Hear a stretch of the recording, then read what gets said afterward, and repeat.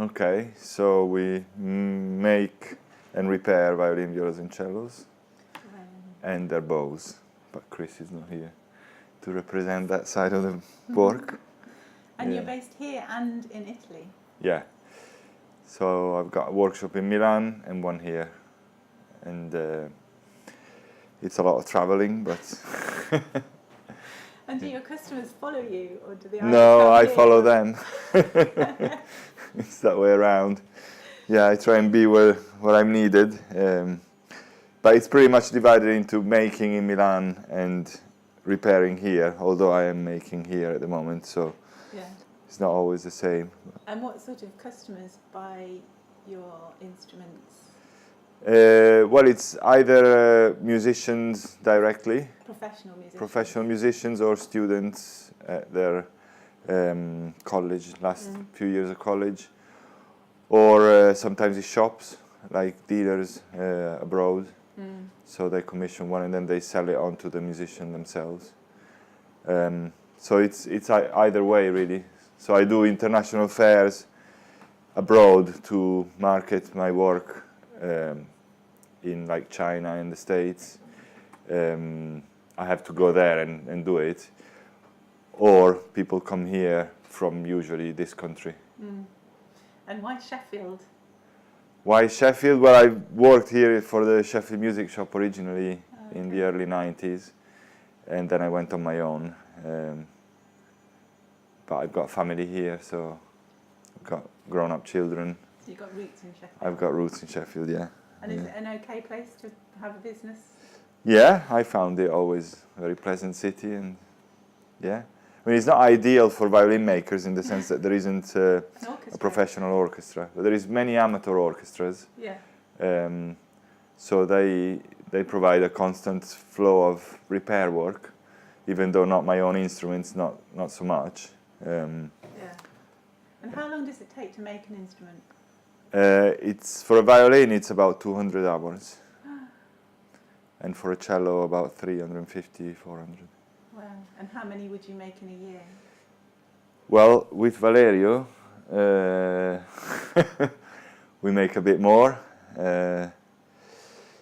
So probably about, what would you say, 4 cellos and 2 violins? Yeah, 4 cellos and 2, 3 violins. And do you make them on, do people order them like 2 years ahead and wait for them, or how does it? Well, sometimes they do. I try to make them available reasonably early. So usually people want to try them.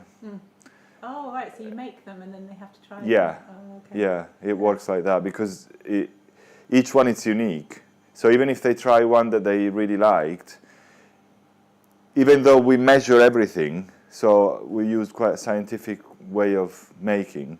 So we measure the densities, the frequencies, and the thicknesses, and the arches, and everything on top of the model and other influencing parameters. Even so, each one is unique. So it's not said that what you make is going to be to their taste the same as what they've tried and made an order on the strength of that, you know. So is that quite nerve-wracking when they come to try the instrument because you're thinking? Well, we're getting quite good at repeatability of results with the numbers that the computer gives us. You know, we can track our work fairly well, but you know. And what makes the difference? Is it the quality of the wood or the? The wood is a huge aspect. The strength of the plates, the stiffness of the plates, so the thicknessing and the model, because there is on cellos is even more apparent because they're so big, so it makes more of a difference. So it's quite a good gauge for experimenting on tone with different woods and different numbers, see what the result is. And you were telling me about buying the wood, that there's a guy that rocks up in a van. Yeah, we just bought some wood yesterday. Did you? Who came yesterday? It's and the wood. It's always maple, because the spruce usually I get it in Italy because it comes from the Alps, so it's quite easily reached in Italy. But the maple, it's from the Balkans, so like Romania, Croatia, Bosnia, that area. So yeah, we get good quality stuff from these guys that have made a business of coming over and made our work easier, Yeah. in the sense that we don't have to go over there to find it. You know, you pay a bit more, obviously, but